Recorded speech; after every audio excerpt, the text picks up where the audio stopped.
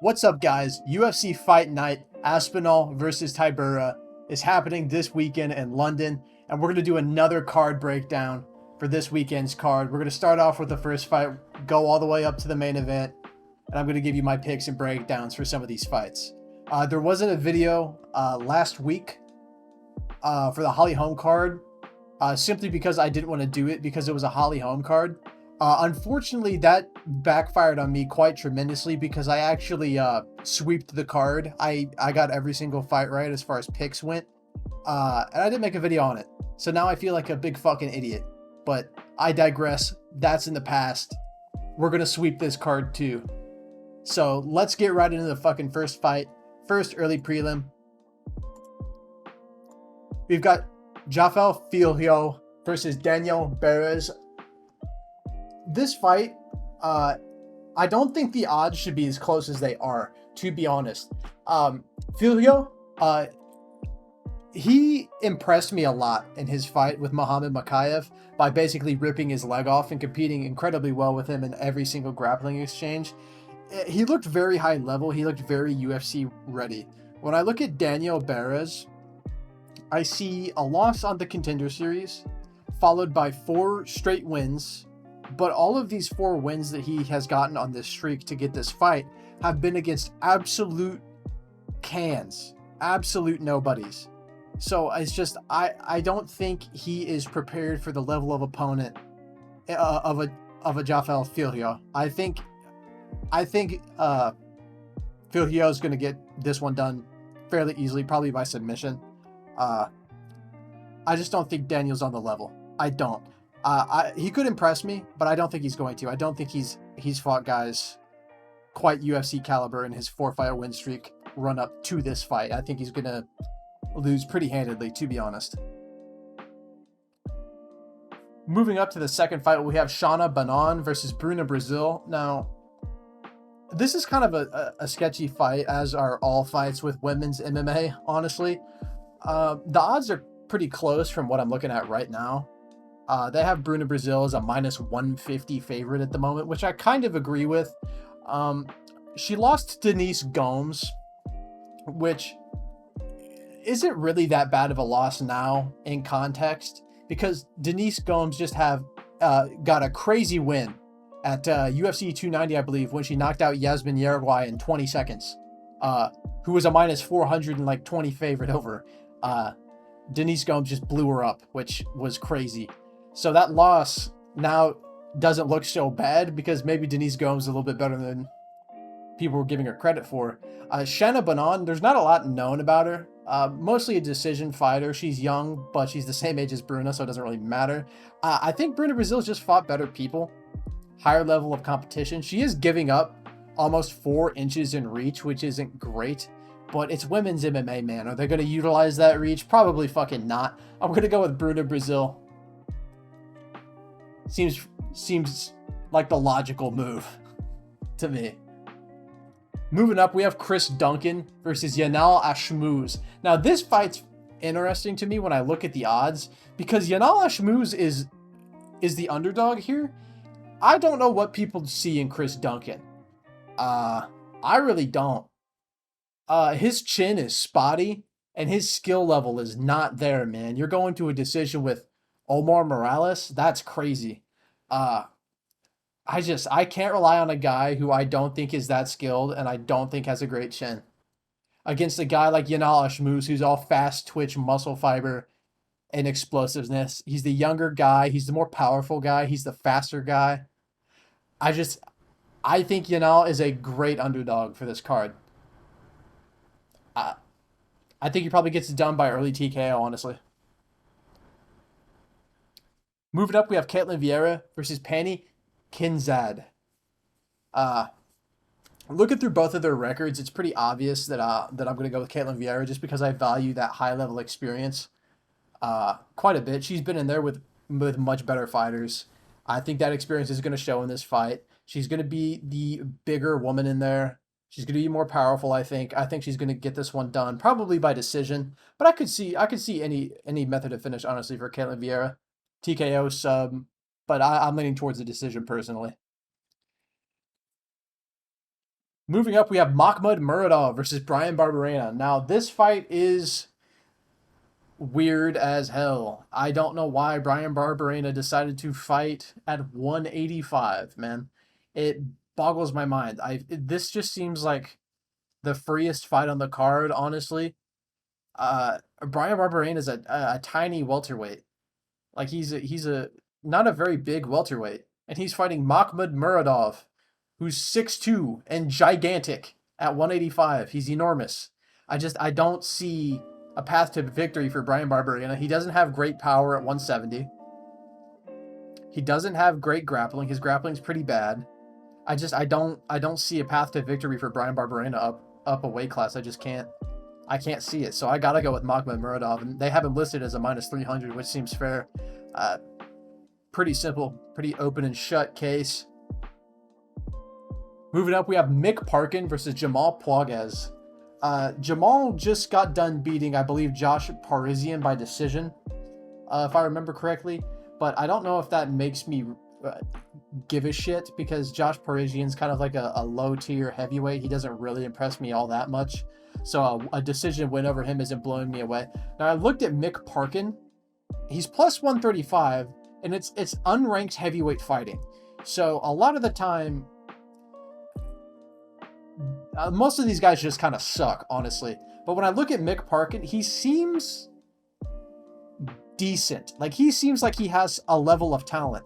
And he is also fucking enormous. Both of these guys are the same age at 27. Mick Parkin's like 260, 6'4", 80-inch reach, undefeated. He's going to have that undefeated confidence. I think he's going to get this one done against Jamal Puaguez. I think he's going to get it done by TKO. And I think that's another underdog I'm going with, honestly. I can't.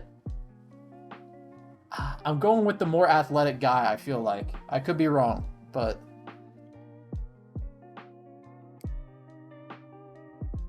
Moving up, we have Mark Diakasi versus Joel Alvarez. Joel Alvarez is finally coming back after his loss to Arman Tsarukyan. It was a pretty bad loss, but I think Joel Alvarez is going to bounce back pretty well on this fight. Mark has not impressed me in his last couple of fights. He's been relying solely on his grappling to win him these fights, mostly by decision. I think he's going to really have a hard time against Alvarez. Alvarez is enormous for the weight class. I think he's probably the biggest lightweight fighter besides Jalen Turner. He's 6'3", 77 inches of reach at lightweight, which is insane. He's got nasty subs. I can easily see Mark Diakasi jumping into a guillotine and losing via sub. I don't see a very easy path to victory for Mark. And I see one for Joel because I think his striking is really good. He blew up Thiago Moises in the first round when they fought, which was really impressive because Thiago Moises just went to the fourth round with Islam Makhachev right before that, before fighting Joel Alvarez. And he got him out of there and won dominantly. Joel Alvarez has great striking. He's got good submissions. He's gigantic for the weight class. I just don't see it for Mark. I think I'm going to go with a Joel Alvarez sub.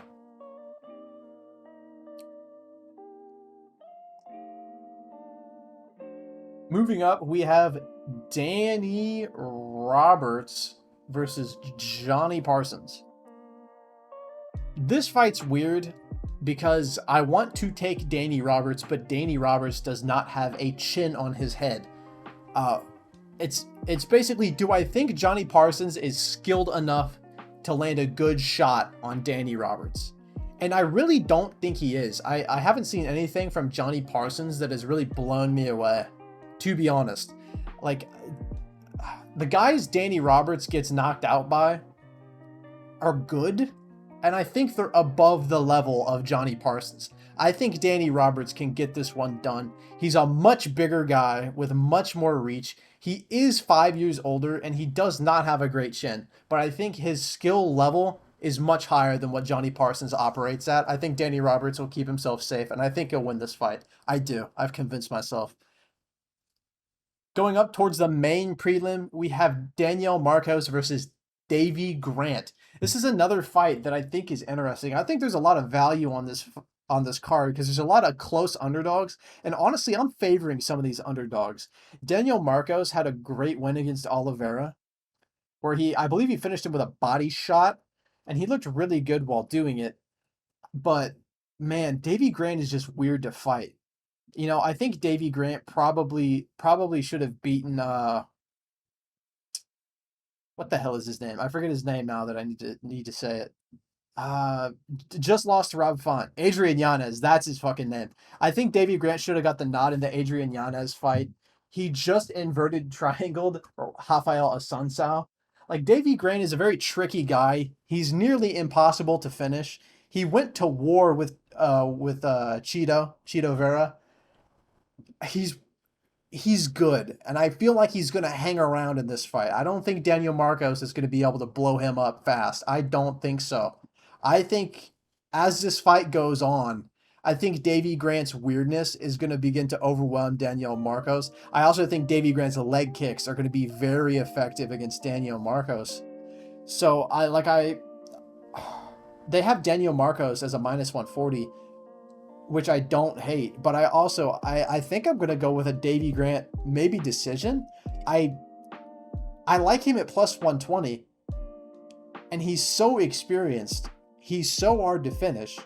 He's so weird and crafty with his striking and his submission game. I just think he can. I think he can hang with this kid. I think he can. I think he can get it done as the fight starts to wear on. So yeah, I'm gonna go with Davey Grant. Moving up towards the main card, we have Lerone Murphy versus Josh Culibao.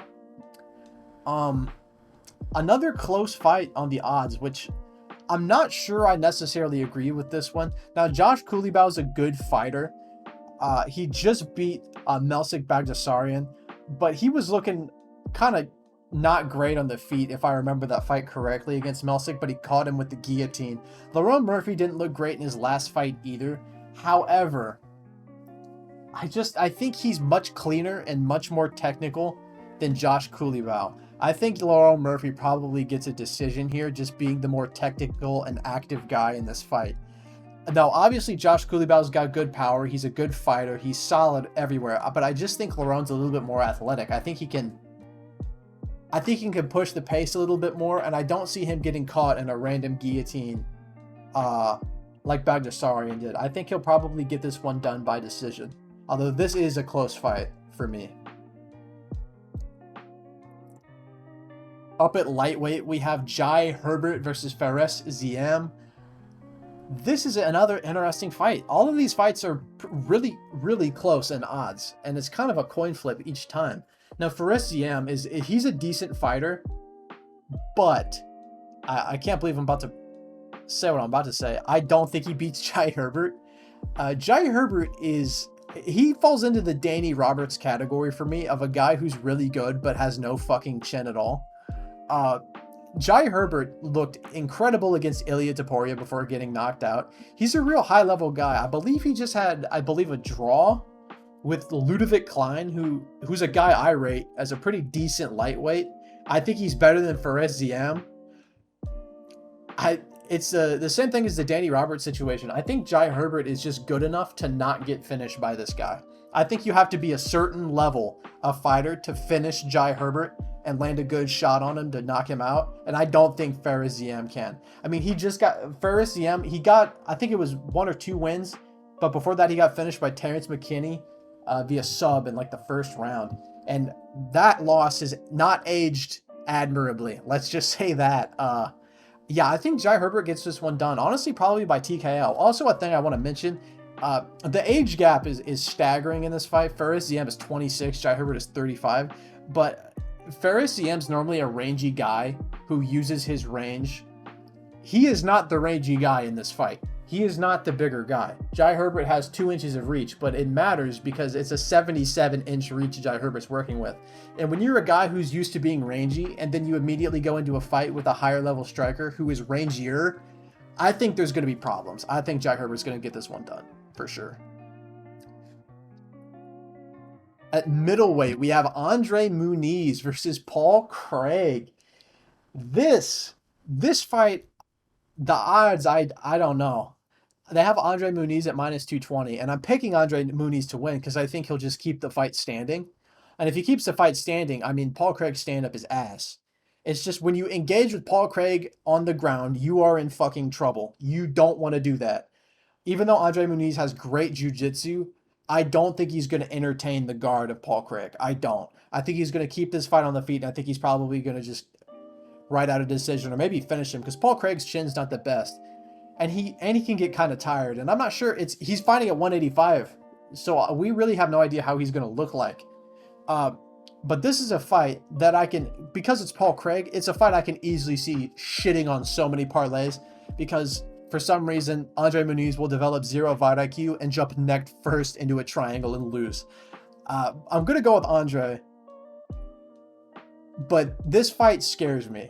Paul Craig just scares me because he's constantly beating guys he has no fucking business beating. And that's why I love him. But yeah, Andre Muniz, probably by decision. At featherweight, we have Nathaniel Wood versus Andre Fili. I think this fight's a little bit closer than people are giving it credit for. Nathaniel Wood looked great in his last couple of fights. He's looked really improved at featherweight. But Andre Fili, he hasn't looked the best lately, but he's still quite good, and he has a lot of reach on Nathaniel Wood.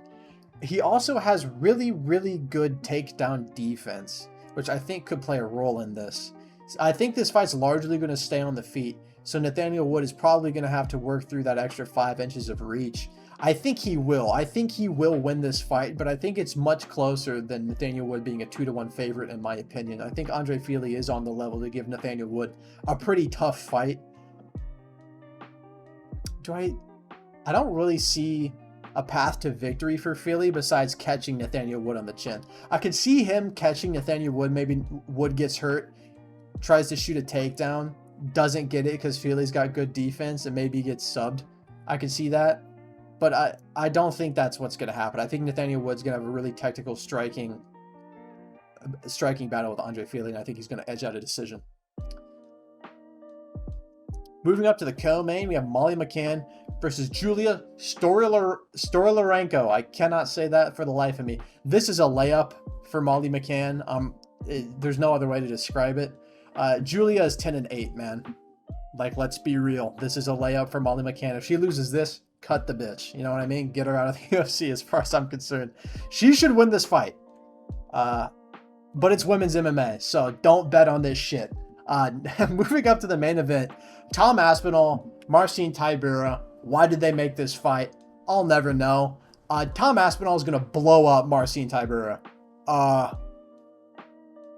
I don't know if anybody disagrees with that. Tom Aspinall's a minus 450. He's bigger. He's stronger. He seems to be better at just every single facet of MMA.